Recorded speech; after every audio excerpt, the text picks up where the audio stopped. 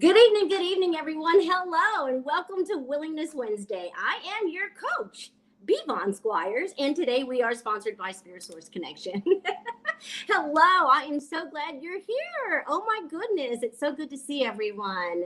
If you are new, I want to say thank you, thank you, thank you. You are so welcome to be here. I'm so glad you're here, and I hope that you hear something tonight that's going to ignite you in a fiery kind of way, that's going to make you want to come back next week and spend this time with us again next week here on Willingness Wednesday at 7:15 p.m. every Wednesday night.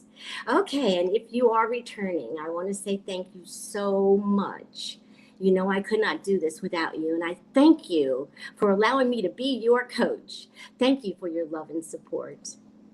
Okay, so over the last few weeks, we've been talking about emotional intelligence. And just as I promised, I said I'd give you some tips for boosting your emotional intelligence, building it so that you can feel confident in your ability to manage your emotions, right? Okay, so before we get started with that, though, I want to give us a brief recap for those that are new so that we're all on the same page. I don't want anyone to miss out on an opportunity to understand what we're talking about and to grasp the concepts that we're going to be discussing this evening, okay? All right, so first component of emotional intelligence is self-awareness or metacognition. Ooh, what's that, coach? Okay, let me tell you all about it. Self-awareness is when you have the ability to be aware of your emotions. You are aware of your emotions and how they are affecting you. You're aware of how they're affecting others, and you have the ability to do something about it. Metacognition is when you are able to think about your thinking. How is my thought process affecting my relationships? Is this thought process that I have an actual positive thought, or is this some sort of a distortion? When you're able to think about your thoughts and consider how they affect you and others, that's when you have achieved metacognition. Okay, so the next component of emotional intelligence is managing your emotions. Okay, and so what we learn about managing our emotions, we have to understand that our emotions come from our belief system. According to Thibaut Maurice, who is the author of Managing Your emotions come from the perception you have of an event, right? And then it is imprinted upon your thought process, which actually creates an emotion. Okay, so that's how your emotions are created. They're created from perception of the event, right?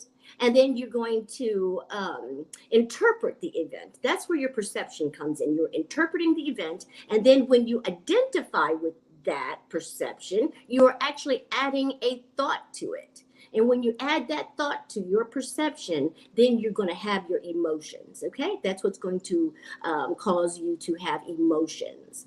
And understanding your emotions and how they affect you is the number one way that you can boost your emotional intelligence. This is going to allow you to have great relationships. This is going to allow you to have conversations with people. It's going to allow you to feel more confident about who you are because you have the ability to be in touch with who you are on a deep level through your self-awareness. Now, of course, this is all done on your private time where you can become proactive, right? We talked about that. Being proactive, looking for solutions, making your decisions based on values and beliefs as opposed to your feelings, right?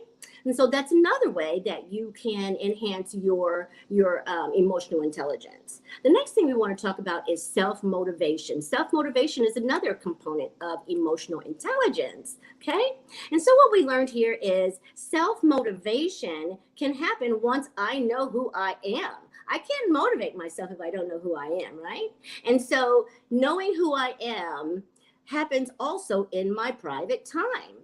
It happens in the times where I can sit alone, I can get out a piece of paper, I can journal, I can think about what I'm thinking about. I can write down my thoughts. I can, really look at what it is that I'm thinking. And when I know what I'm thinking, then I can trace it back to a belief.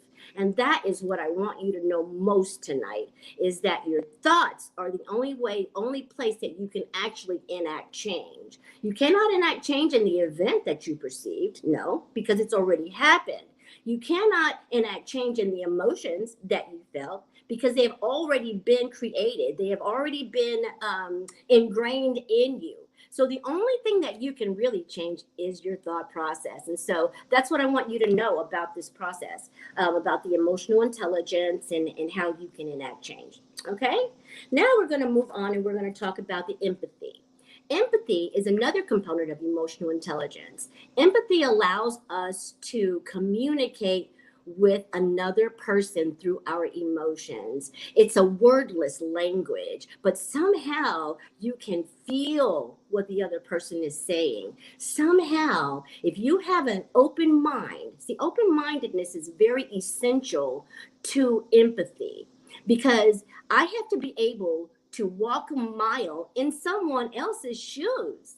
And so being able to walk a mile in someone else's shoes means I have to take my shoes off first, which means all of my preconceived ideas, all of my thoughts that I just thought I knew so much, all of this has to go on the back burner, right? I have to take all of this off so that I can engage with another person, so that I can feel what they're saying, right?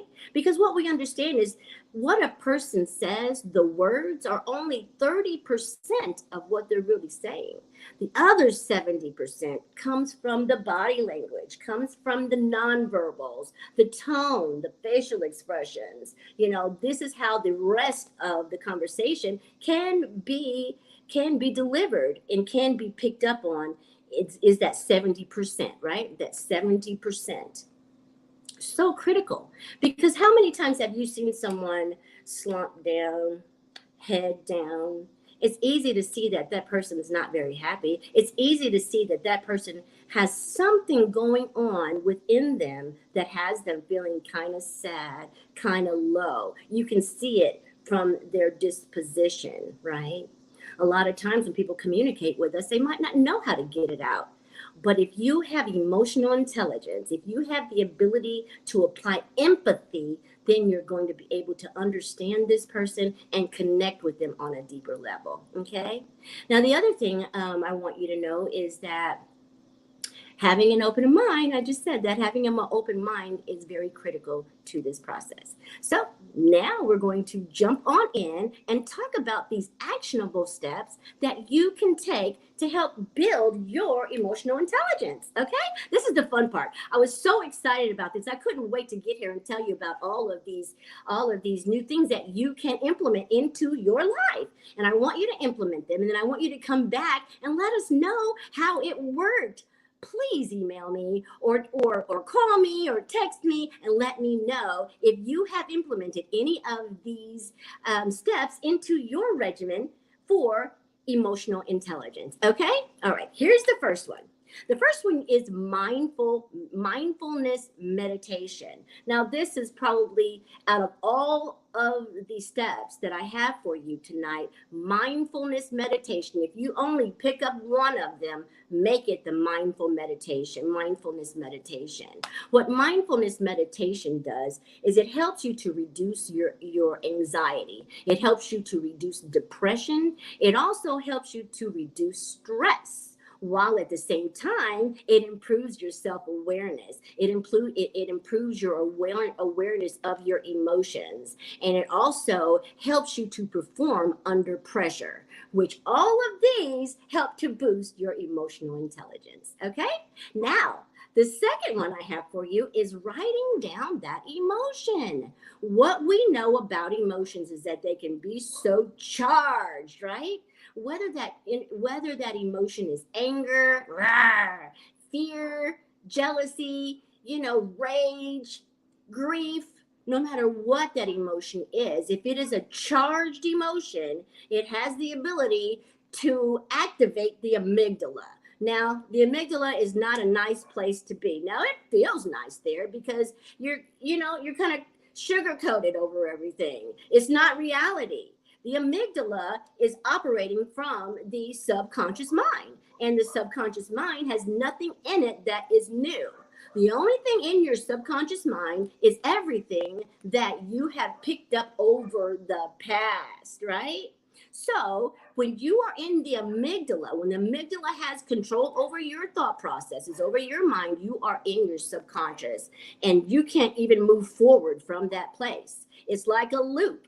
It's like a loop, and you are stuck there until somehow the neocortex is able to free you from the amygdala. And what I mean by that is one of the things that you can do, right, is we were talking about writing it down. So when you write down the emotion, then you want to ask yourself, what thought is attached to that emotion? I know that's not easy, because a lot of times the thought part of the equation gets lost. You remember the event, you remember the emotion, but you forgot about the thought that caused it all. Sometimes that's the part that is just that just eludes us, the thought that connects it all. See, when you know the thought that connects the entire equation, you can change the equation itself, right? As I mentioned earlier, you can't do anything about the event, and you can't do anything about the emotions, but you can enact change on your thought. So writing down that thought is going to, number one, remove all that power from that emotion, right? It's going to remove all the power from that emotion. And once that it diffuses that emotion, then you are freed from the amygdala. Because once you name that emotion, the neocortex, or the prefrontal cortex, if you will, gets involved. And you can't think from both parts of your brain at the same time. So obviously, you want to be in your prefrontal cortex so that you can be in the moment, so that you can move forward and enact change, right? Awesome. All right. So the next thing we want you to do is cognitive behavior therapy. Now, cognitive behavior therapy is a deeper level of thinking about your thoughts, right? I'm going to try to explain this to you so that you can understand it. Cognitive behavior theory or therapy actually allows you to have a thought, right? Think about that thought. It allows you to trace that thought all the way back to your belief, right? Cognitive behavioral therapy will allow you to look at your thought and then determine, is that thought correct? Or is that thought distorted, right? We don't want distorted thinking, because distorted thinking leads to negatively charged emotions. Negatively charged emotions activates the amygdala, and that is not the equation. That is not the road, if you will, that you want to go down. No. Do not go down that road, okay?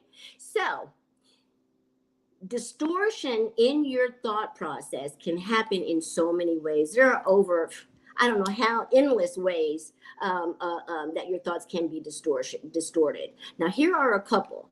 When I hear myself globalizing, saying everyone this or no one that, that throws up a red flag, because not everyone always nothing, right? So when I hear the words everyone, no one, always, or never, I need to check my thinking. I am going down the wrong path. I am headed for the amygdala. So when I hear those buzzwords, everyone, no one, always, and never, those are 4 trigger words. I'm telling you, when you hear yourself say those words, you better call me. You need to get me on the phone quick. You can reach me by dialing 317-721-4315. or you can email me because I'll answer just as quick on the email for you, okay? You can email me at b.vonsquires@gmail.com, okay? So let's get on back into this.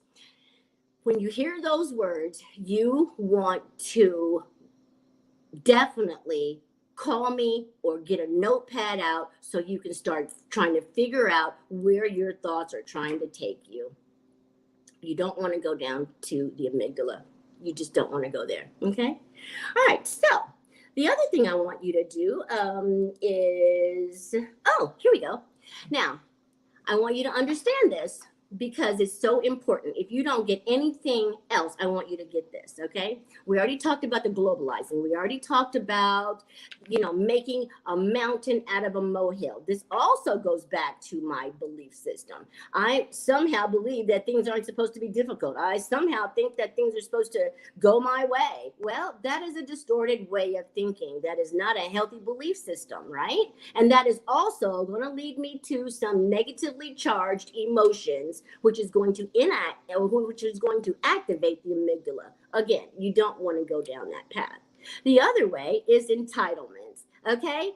Some people think they're supposed to have everything their way. They're supposed to have it when they want it, why they want it, whatever. That is not reality. That is how I used to think, as a matter of fact, and that is just not reality. That thought process took me down some pretty dark roads. That process had me bound by the amygdala more often than I can imagine, or more often than I can remember. But thank God for a new thought process. Thank God for growing up, and being in reality. Reality is I'm not entitled to anybody's anything. Anything anybody does for me is a blessing. I'm not entitled to anything. I don't have to be oversensitive today. I do not have to make mountains out of molehills, and I do not have to globalize. When I'm doing all of those, I know that my thought process is heading in the wrong direction, okay?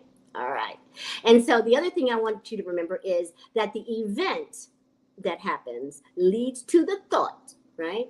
The thought leads to the emotion. Okay, so the thought is the most critical part of that equation, as I was saying earlier.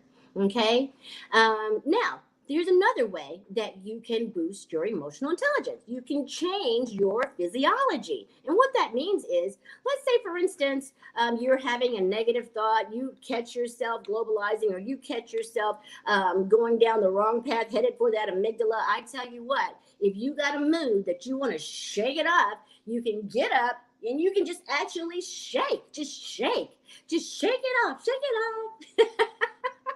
or, you brush your haters off while you're at it. And the other thing that you can do, stand up tall, put your hands on your hips, raise your head, and stand proud, stand tall. This is going to give you a sense of pride. Yeah, it's going to give you a sense that everything is okay, that you are okay. It's your posture, see? Your posture, standing up straight, sitting up straight, has the ability to give you greater ideas, to give you more positive thought processes. Whereas the same ways, if you have your head down and you have your shoulders slouched, it's going to give you negative thought processes, your physiology, because there is a mind-body connection, right? And so part of that mind-body connection is like you behave your way into a new way of feeling. You behave your way into a new mood. You behave your way into a new thought process, right? Into more positive thought processes. You can raise your vibrations by standing tall, by remembering who you are, my goodness. You know what I'm saying? And so I want you to know that that is another way that you can boost your emotional intelligence is through your physiology. The next thing I want you to know is that you can boost your emotional intelligence through your breathing. Who knew? Who knew that breathing could affect you so much? Number one, breathing affects your physiology. Your physiology affects your mood. So there you go. There's the connection, right? So when you breathe, it's not just normal breathing. This is therapeutic breathing, okay? Now, of course, this is something that you're going to learn in school, and you're definitely not going to learn this around the dinner table. You have to come here so that I can help explain these things to you so that you know, okay? The breathing that we're talking about tonight is therapeutic breathing. And what I mean by that is you inhale for 4 counts. Inhale for 4 counts. 2, 3, 4. Then you hold for 4 counts. 2, 3, 4. And then you exhale for 8. 2, 3, 4, 5, 6, 7, 8. And then you do this about 10 times. Research says if you do this about 10 times, it has the ability to snag you away from that amygdala and put you right into your prefrontal cortex where you need to be, right? If you just breathe and do this therapeutic breathing anytime you feel like your mood is not what you would like it for it to be, if you have the emotional intelligence and the self-awareness, you're going to be able to know that the mood you have is not one that's going to be conducive to the kind of person or the kind of day you want to have, so whenever you find yourself in those types of situations, go ahead and do some therapeutic breathing. And I tell you what, it's going to clear all of that amygdala, and it's going to bring you right back into the current, in the moment. See, you want to be in the moment. That's where you want to live, is in the moment. You don't want to be in your subconscious mind. You want to be in the moment, right? So you can enact change so that you can move forward. If you are caught in your amygdala, you're not going to be able to move forward. And I just can't stress that enough, okay? All right, so we want you to also architect some small wins for yourself. And what I mean by that is I want you to get a pad of paper, and I want you to jot down no more than 3 or 4 things now. We're not going to be overachievers here. We don't want to set ourselves up for failure. 1 or 2, 3 or 4. Write those things down, okay? I don't care how long it takes. It doesn't matter whether it takes 5 minutes or 1 hour. You're going to take that first task, you're going to complete it, then you're going to come back and you're going to cross it off your list. Oh my gosh, how good is that going to feel to know that you're actually accomplishing things? And look, you only have 4 more things left to accomplish. You can do that, right? And so that gives you the momentum that you need. It gives you the energy that you need to move into that next item that you want to cross off your list, right? So there you go. There's another way that you can boost your emotional intelligence. Okay, so now we're getting to the part where goodwill comes in. Goodwill means doing something for someone else without expecting something in return, right? When you have the ability to do something for someone else in a spirit of goodwill, it's going to make you feel wonderful. It's an esteemable act. And so, of course, it's going to boost your self-esteem. Not only is it going to boost your self-esteem, it's going to make you feel good about yourself. You know what I'm saying? Knowing that you made someone else's day. And according to research, it is going to lower your mortality rate by 33%. Who knew?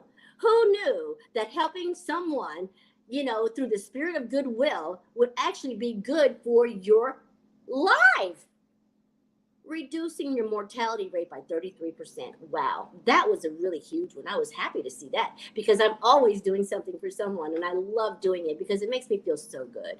It makes me feel so wonderful. I'm so blessed, and I just thank God for the ability to help others. After He's blessed me, why couldn't I just bless someone else, right?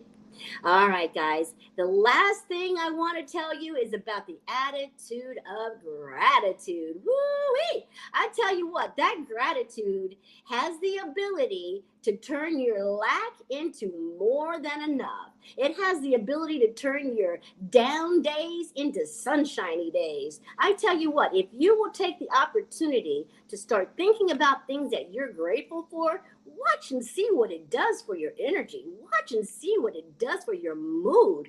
Oh my goodness, gratitude.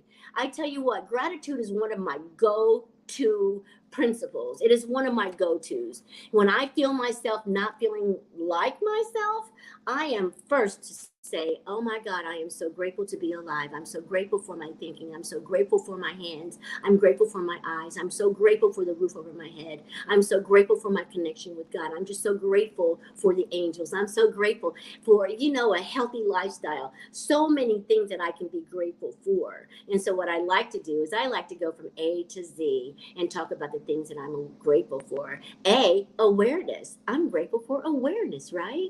B, I'm grateful for bravery. And C, I'm grateful for courage. There's just so many things that I'm grateful for, and it feels good to be able to share that gratitude with others. When I walk out of my house and I'm grateful, good things happen. Positivity follows me when I am in a grateful state of mind. All right, guys, I hope that I said something tonight that's going to help you understand how important emotional intelligence is. Not only understand how important it is, but that you too can be emotionally intelligent. You are a highly effective individual. And so, of course, you can apply all of these actionable steps to your life so that you can be more emotionally intelligent, have better relationships with yourself, with others, with your family, with your work situation. It's all about relationships. And the number one relationship is with yourself. And of course, the next one is with your higher power or your spirit source, whatever that source may be. All right, guys, I love you so much. Thank you so much for showing up today. I will look forward to seeing you again next week. But in the meantime, I'm going to pray and I'm going to ask God to bless you real good. And I just know that if you follow these tips that I gave you tonight, you are going to be well on your way to being emotionally intelligent. And I know that if you are manifesting, all of those good things that you are manifesting are on their way to you now. All right, guys, that's going to do it. Thank you again so much for being here. And thank you so much for allowing me to be your coach. Have a wonderful, wonderful, beautiful, beautiful Willingness Wednesday. And I'll see you next week. Bye-bye.